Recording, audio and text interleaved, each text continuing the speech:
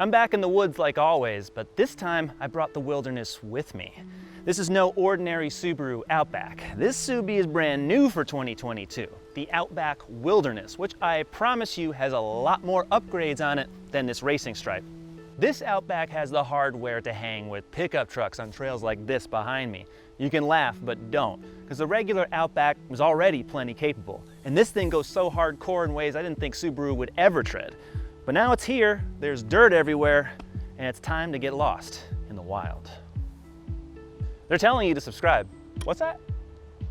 Oh, CarGurus has instant market value that tells you the exact price that your car's worth in your area? No wonder they're so happy. Okay, Outback fans, Subaru was watching you modify your cars with oversized tires and lift kits, so they decided, hey, why don't we cash in? And in doing so, they didn't just add some badges. I mean, they did. They're here, here, and here. But the Outback Wilderness is more stylish, with purpose. Let's start with the obvious. 9.5 inches of ground clearance. About what this rock is, that's what the Outback Wilderness has. It's almost an inch higher than the regular Outback, and it's 1/10 of an inch higher than a Toyota TRD Pro Tacoma, right? Pretty crazy.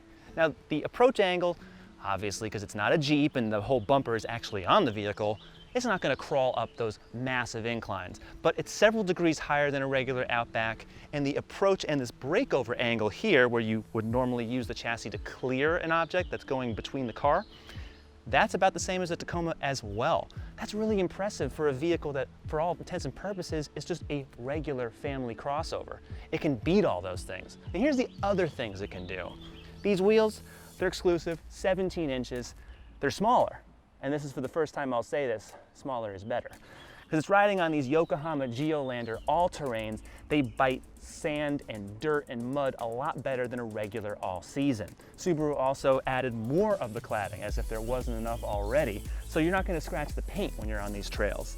Up in front, you can tell the new underbody shields that are here, the new bumper design, the new fog lights. Up on the hood, that racing stripe, I'd like to call it that, it actually is there to reduce glare. I think it just looks cool. What also looks really cool are all these orange points all over the vehicle. They're there for the front and rear tow hooks and also for the mounting points on this new roof. It can hold up to 700 pounds because now it's all metal and there's no cross rails.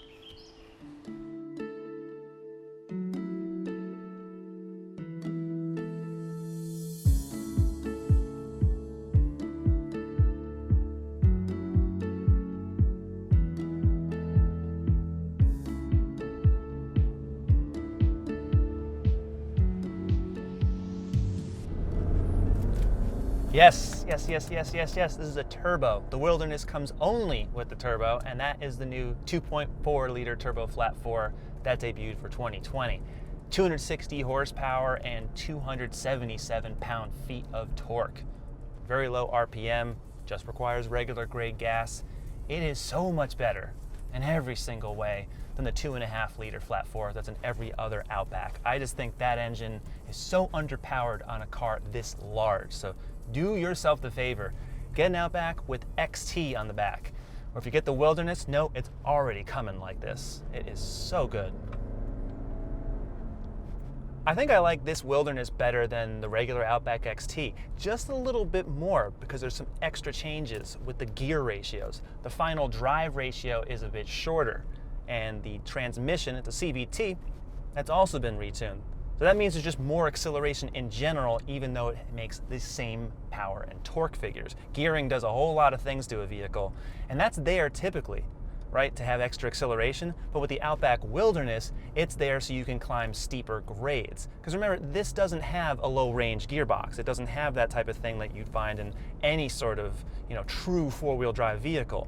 So it needs all the extra gearing it can get. And it can climb a 40% grade, which is not an insignificant thing by any measure. But let's just put it that way. I like it better than I did before. And this engine really, I'll just keep saying it again, it's the one you want because you don't need to be going fast. You just want to be able to get out of your own way. And this thing does. Surprisingly, these paddle shifters are really responsive because it's a CVT. which means there's no real gears, but it does a really good job of simulating them. And it's quick. It's almost like a WRX in its response. It's really, yeah. I'm fun driving this thing. 4,000 RPM and an Outback. Really, that's not the thing you would normally associate with a transmission like this.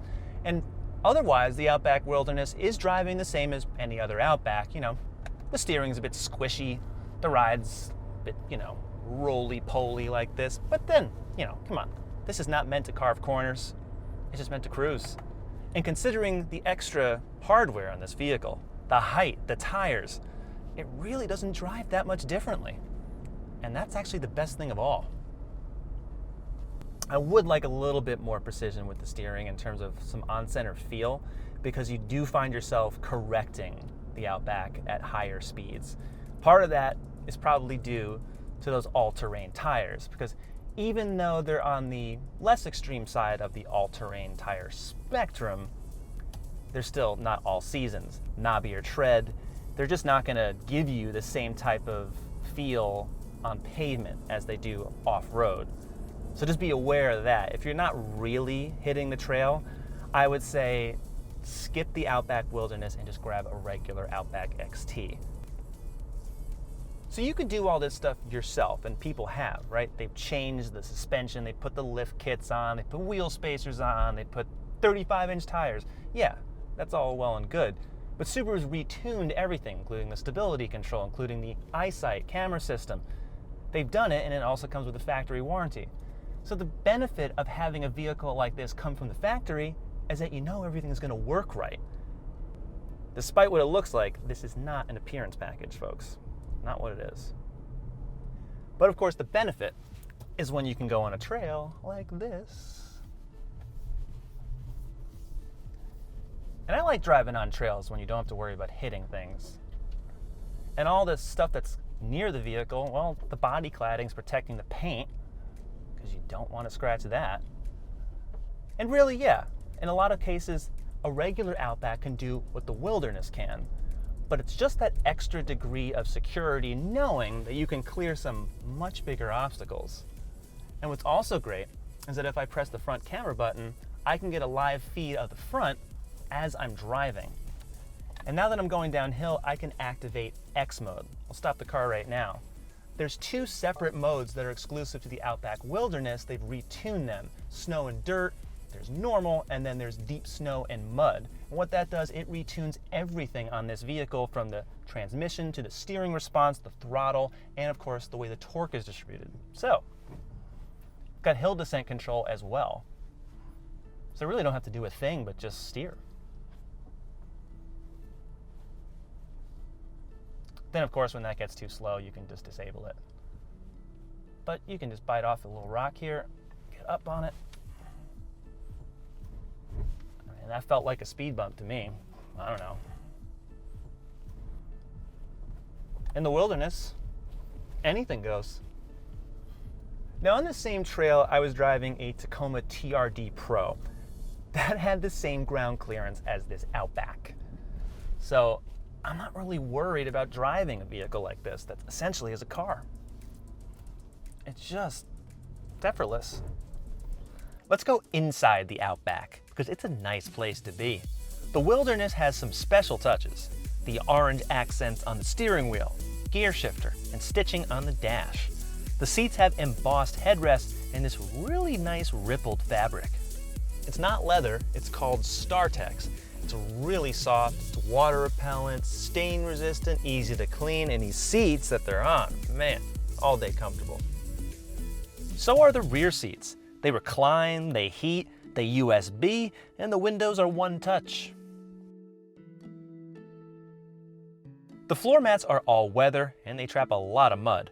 Open the back and you'll find a rubber cover perfectly molded to the parcel shelf. Look underneath and there's a full-size replacement wheel and matching tire, not a tiny little spare.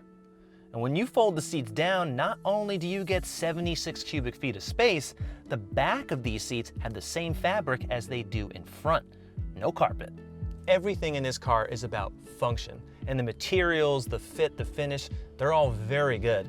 I wouldn't say the same thing about the Crosstrek. Now, with a Subaru, electronics are never the latest and greatest. This screen is 12 inches, it's a portrait, it looks pretty decent at first glance. It's easy to browse through settings and other things, but when you get closer, it's more of like a Nintendo Wii when you're expecting a PlayStation 5. From a design standpoint, the typefaces, the graphics, they crowd the display and they look cheesy and old. The stereo is no name, and yet it sounds great. You can adjust surround sound and boost the bass.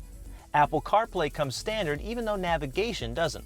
And Subaru likes to be weird. There are sounds from 80s arcade games. There's no calendar, but Subaru has a feature to save wedding anniversaries. There's no ambient lighting or cooled seats. But hey, if you happen to spot a nuthatch or a nesting woodpecker, there's a birding app. The craziest thing about Subaru is that these cars hold their value.